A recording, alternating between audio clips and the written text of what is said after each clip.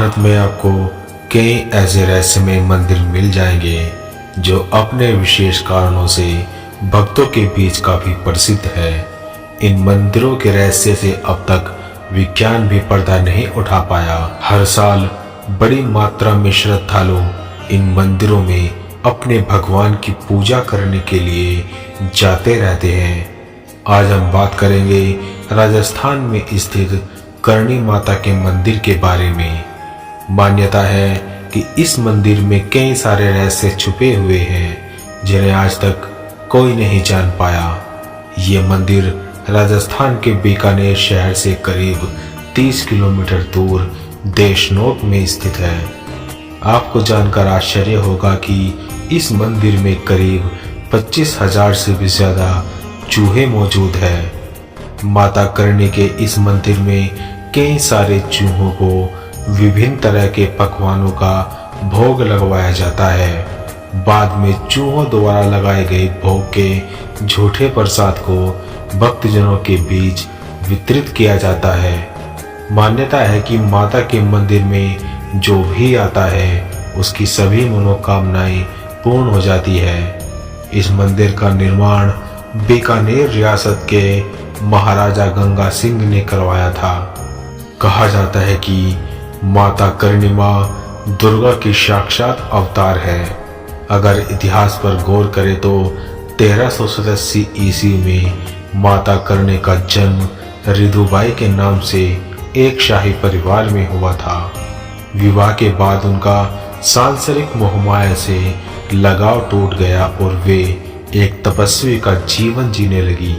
उस दौरान आसपास के गांव में उनकी धार्मिक और चमत्कारी शक्तियों की कहानी काफी फैल रही थी। इस कारण दूर दूर से कई लोग माता के दर्शन के लिए आने लगे। कई इतिहासकारों का ये कहना है कि माता करणी करीब 151 साल तक जिंदा रही। तब से लेकर आज तक माता के कई भक्त उनकी श्रद्धा पूर्वक पूजा करते हैं।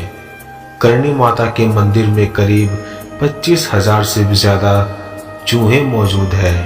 कहा जाता है कि ये चूहे माता करणी के वंशज है। शाम को मंदिर में जब माता की संध्या आरती होती है उस दौरान सभी चूहे अपने बिलों से बाहर आ जाते हैं। भारी मात्रा में यहाँ चूहों के होने की वजह से इस मंदिर को मूषक मंदिर भी कहा जाता है। गौर करने वाली बात है कि 25,000 से भी ज्यादा चूहे होने के बाद भी इस मंदिर में किसी भी प्रकार की दुर्गंध नहीं आती। वहीं आज तक इस मंदिर में चूहों से कोई बीमारी भी नहीं फैली। इस मंदिर में हजारों चूहे हैं। इनमें कुछ सफेद चूहे भी हैं जिनको लेकर कहा जाता है कि ये करणी माता और उनके पुत्र हैं। इसीलिए इस मंदिर में चूहों को भगवान की संज्ञा दी जाती है और उनकी पूजा की जाती है। इतना ही नहीं, मंदिर में मिलने वाला प्रसाद चूहों का झूठा होता है, लेकिन आज तक इनसे किसी भी प्रकार की कोई बीमारी नहीं फैली। करणी माता मंदिर की वास्तुकला देखने में मुगल शैली की लगती है।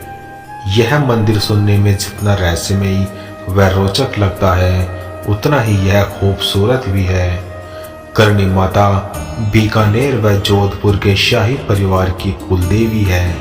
इसीलिए पूरे बीकानेर व जोधपुर के लोग भी करणी माता को अपनी कुलदेवी मानते हैं और उनकी पूजा करते हैं। कहा जाता है कि करणी माता की शादी सथिया गांव के किपोजी चारण नामक व्यक्ति के साथ हुआ था, जिनके शादी के बाद ही माता ने तपस्वी जीवन में प्रवेश कर लिया और अपनी छोटी बहन गुलाब की शादी अपने पति के साथ करवा दी। गुलाब के पुत्रों को माता अपने पुत्रों के समान ही मानती थी। करणी माता मंदिर के बनने का कोई सटीक प्रमाण तो नहीं है, लेकिन कहा जाता है कि इस मंदिर का निर्माण 1620 ईस्वी से लेकर 1628 ईस्वी के बीच हुआ। इस मंदिर को महाराजा गंगा सिंह ने बनवाया था, लेकिन काफी सालों तक यह मंदिर वीरान ही पड़ा रहा। हालांकि कुछ लोगों का ये भी कहना है कि मंदिर करीब 600 साल पुराना है। हालांकि 19वीं और 20वीं सदी में इस मंदिर का पुनर्निर्माण भी हुआ, जो मंदिर का वर्तमान स्वरूप है। माता का जन्म 20 सितंबर 1387 को होना इतिहास के पन्नों में दर्ज हुआ मिलता है। देवी के पिता का नाम मेहाजी और माता का नाम देवल देवी था। माता का जन्म स्थान जोधपुर में स्थित सुआप गांव में हुआ था। माता के जन्म की कहानी बहुत ही विचित्र और रोचक है। मेहाजी और देवल देवी के कोई पुत्र नहीं था, केवल 5 पुत्रियां ही थी। मेहाजी को कोई पुत्र नहीं होने की वजह से वे हमेशा चिंतित रहते थे। इसीलिए चिंतित अवस्था में उग्र होकर उन्होंने हिंगलाज माता, जो कि पाकिस्तान के बलूचिस्तान क्षेत्र इनका मंदिर स्थित है, मेहाजी ने माता हिंगलाज मंदिर की यात्रा प्रारंभ कर दी। माता हिंगलाज इनकी भक्ति से प्रसन्न होकर इन्हें दर्शन देती है। तभी मेहाजी ने वरदान स्वरूप अपना सम्मान मांगा। हिंगलाज माता तथास्तु कहकर अंतर्ध्यान हो गई। कुछ दिनों बाद देवल देवी को गर्भ हुआ और जैसे ही गर्भ प्रसूति के निकट पहुंचा तो मेहाजी ने मोहड़ी मुलाड़ी और आख्या इदानी नामक दाई को देवल देवी की देख रेख में लगा दिया। प्रसूति का समय निकल गया, अर्थात 10 महीने, 12 महीने, 15 महीने और 18 महीने बीत जाने के बाद आख्या इदानी ने सोचा कि पता नहीं यह बच्चा कब जन्म लेगा, मैं यहाँ ज्यादा दिन नहीं रुक सकती। तो मोहड़ी मुलानी नामक दाई ने ही देवल देवी की आगे देख रेख जारी रखी। एक दिन सपने में देवल देवी को माता दुर्गा ने साक्षात दर्शन दिए और कहा कि बेटी तुम सब्र रखो, मैं जल्द ही तुम्हारी कोख से जन्म लूंगी। और करीब 21 महीने बाद देवल देवी ने एक शिशु को जन्म दिया। जब मेहाजी ने अपनी बहन से पूछा कि क्या हुआ है, लड़का या लड़की, तो बुआ ने गुस्से में तंज कसते हुए कहा कि फिर से पत्थर हुआ है, अर्थात फिर से लड़की हुई है। उन्होंने अपनी उंगलियां अर्थात मुट्ठी भींचकर गुस्से में यह बात कही थी, तो उनकी सभी 5 उंगलियां ऐसे की ऐसे ही चिपक कर रह गई। उन्हें सोचा शायद मुझे फालिस हो गई है, परंतु यह देवी का अपमान करने की सजा थी। जैसे देवल देवी को पता चला कि पुत्री हुई है तो उनका मन कुछ उदास हुआ, परंतु विधि के आगे वह कुछ नहीं कर सकती थी। 3 दिन बाद नामकरण हुआ तो माता का नाम रिधुबाई रखा गया। धीरे धीरे समय बीतता गया और माता रिधुबाई बड़ी होने लगी। एक दिन रिधुबाई की बुआ पीहर आई हुई थी और वह 5 बहनों में सबसे ज्यादा रिधुबाई को ही ज्यादा प्यार करती थी। एक दिन वह रिधुबाई को नहला रही थी, तब एक हाथ अपाहिज होने के कारण सही से नहीं नहला पा रही थी। तभी रिधुबाई ने कहा कि आपको क्या हो गया है? तो बुआ ने कहा मेरा हाथ सही नहीं है। तभी रिधु ने बुआ का हाथ अपने हाथ में लेकर कहा कि तुम झूठ कहती हो, तुम्हारा हाथ तो बिल्कुल ठीक है। ऐसा कहकर जैसे ही माता ने उनका हाथ छुआ, उनका हाथ तुरंत ही स्वस्थ अवस्था में आ गया। यह चमत्कार देखकर बुआ ने देवल देवी और मेहाजी से कहा कि आपकी पुत्री कोई साधारण पुत्री नहीं है, यह कुछ कारण वास्ते ही इस संसार में आई है। तो बुआ ने इसका नाम रिधुबाई से बदलकर करनीबाई रख दिया। तब से पूरा गांव इन्हें करणी माता के नाम से ही जानने लगा और आज यह रिधुबाई संपूर्ण विश्व में करणी माता के नाम से ही जाने जाने लगी है। करणी माता जब धीरे धीरे बड़ी होने लगी तो समाज की ओर से मेहा जी पर दबाव बढ़ने लगा कि अब करणी माता के हाथ पीले कर देने चाहिए, क्योंकि जवान बेटी को ऐसे घर में रखना उचित नहीं माना जाता।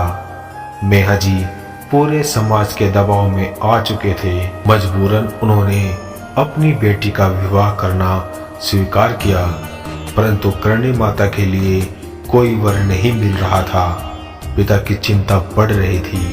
तभी माता करणी ने अपने पिता से कहा कि साथिया गांव में केलूजी बिठू के यहाँ शिवांश अवतार लिया है, उसी से मेरा विवाह होगा। मेहा जी ने माता का आदेश पाकर केलूजी बिठू के पुत्र देपा जी के यहाँ शादी की बात शुरू कर दी। देपा जी करणी माता के बारे में जानते थे, तो उन्होंने विवाह को बड़े साधारण रीति रिवाज से करना ही स्वीकार किया। विवाह संपूर्ण होने के बाद बारात वापस लौट रही थी। रास्ते में पीने के पानी की कोई व्यवस्था नहीं होने के कारण मेहा जी ने रथ और घोड़ों के साथ 4 पानी की मटकी भी साथ भिजवा दी। बारात काफी दूर पहुंची तो देपा जी को प्यास लगी। उन्होंने रथ रुकवाकर मटकी से पानी पीना चाहा, परंतु मटकियां खाली मिली। यह देखकर उन्हें आश्चर्य हुआ।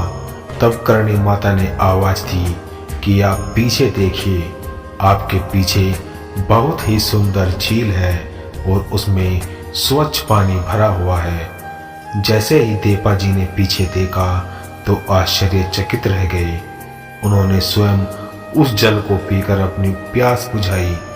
देपा जी ने जैसे ही रथ का पर्दा हटाकर देवी को देखना चाहा तो माता ने दुर्गा के रूप में सिंह पर सवार, हाथ में त्रिशूल हुए तेजस्वी स्वरूप के साथ उन्हें दर्शन दिए और कहा कि मैंने तुम्हें भौतिक और अलौकिक दोनों दर्शन करा दिए हैं।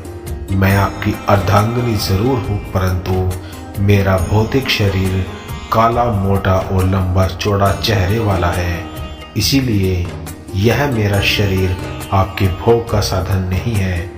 आप मेरी छोटी बहन गुलाब से विवाह कर लीजिए, वह आपकी गृहस्थी संभालेगी। तो देपा जी ने देवी का आदेश मानते हुए माता की छोटी बहन गुलाब से विवाह कर लिया। खुद की भलाई हेतु गृहस्थ जीवन से विरस्त हो गई। करणी माता का जन्म बीकानेर में हुआ था और यहाँ का राजघराना चारण वंश था। बीकानेर के लिए कुलदेवी का यहाँ जन्म लेना एक सौभाग्य की बात थी।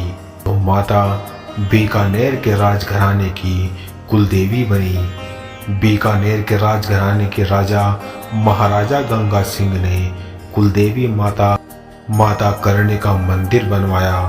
यह मंदिर बीकानेर से तकरीबन 30 किलोमीटर दूर देशनोक नामक क्षेत्र में है। इस मंदिर परिसर में एक गुफा है जहां पर माता करणी बैठकर तपस्या किया करती थी और यह तपस्या स्थल आज भी मंदिर क्षेत्र में देखा जा सकता है। माता करणी मंदिर में क्यों रहते हैं चूहे? दरअसल माता करणी के पारिवारिक सदस्य लाखन की मृत्यु हो गई। जब लाखन की मृत्यु हुई तो करणी माता को बहुत दुख हुआ। उन्होंने यमराज से लाखन को पुनर्जीवित करने का आग्रह किया। तब यमराज ने लाखन को चूहे के रूप में पुनर्जीवित कर दिया। तब से माता करणी के वंशज जो भी मृत्यु को प्राप्त होंगे वह काबा के रूप में यानी चूहे के रूप में माता के मंदिर में ही रहेंगे। इसलिए इस मंदिर में आज हजारों की तादाद में चूहे हैं जिन्हें काबा कहा जाता है। इस मंदिर में चूहों की बहुत देख रेख की जाती है। बाहरी जानवर जैसे गिद्ध, चील, बिल्ली चूहों को नुकसान न पहुंचा सके, इसके लिए काफी प्रबंध किए गए हैं। इस मंदिर परिसर में चूहों की तादाद इतनी है कि श्रद्धालुओं को नीचे परस्पर पर पैर घसीटते हुए ही मंदिर के दर्शन करने होते हैं, क्योंकि अगर एक भी काबा पैर के नीचे आ गया तो अशुभ माना जाएगा। इस मंदिर में चूहे स्वतंत्र भ्रमण करते हैं और मंदिर परिसर से कभी बाहर नहीं जाते। यहाँ पर श्रद्धालु माता को भोग लगाने से पहले चूहों को कुछ प्रसाद वगैरह खिलाते हैं, फिर माता को भोग लगाते हैं। इन चूहों में सफ़ेद चूहे भी हैं। अगर किसी दर्शन करने वाले को सफ़ेद चूहे का दर्शन हो जाता है तो वह बड़े शुभ और सौभाग्य का प्रतीक समझा जाता है। यहाँ पर चूहों की तादाद की वजह से विश्व में यह चूहे की देवी के नाम से भी विख्यात है। आज की हमारी ये वीडियो यहीं तक। मिलते हैं नेक्स्ट वीडियो में, तब तक के लिए बाय एंड टेक केयर।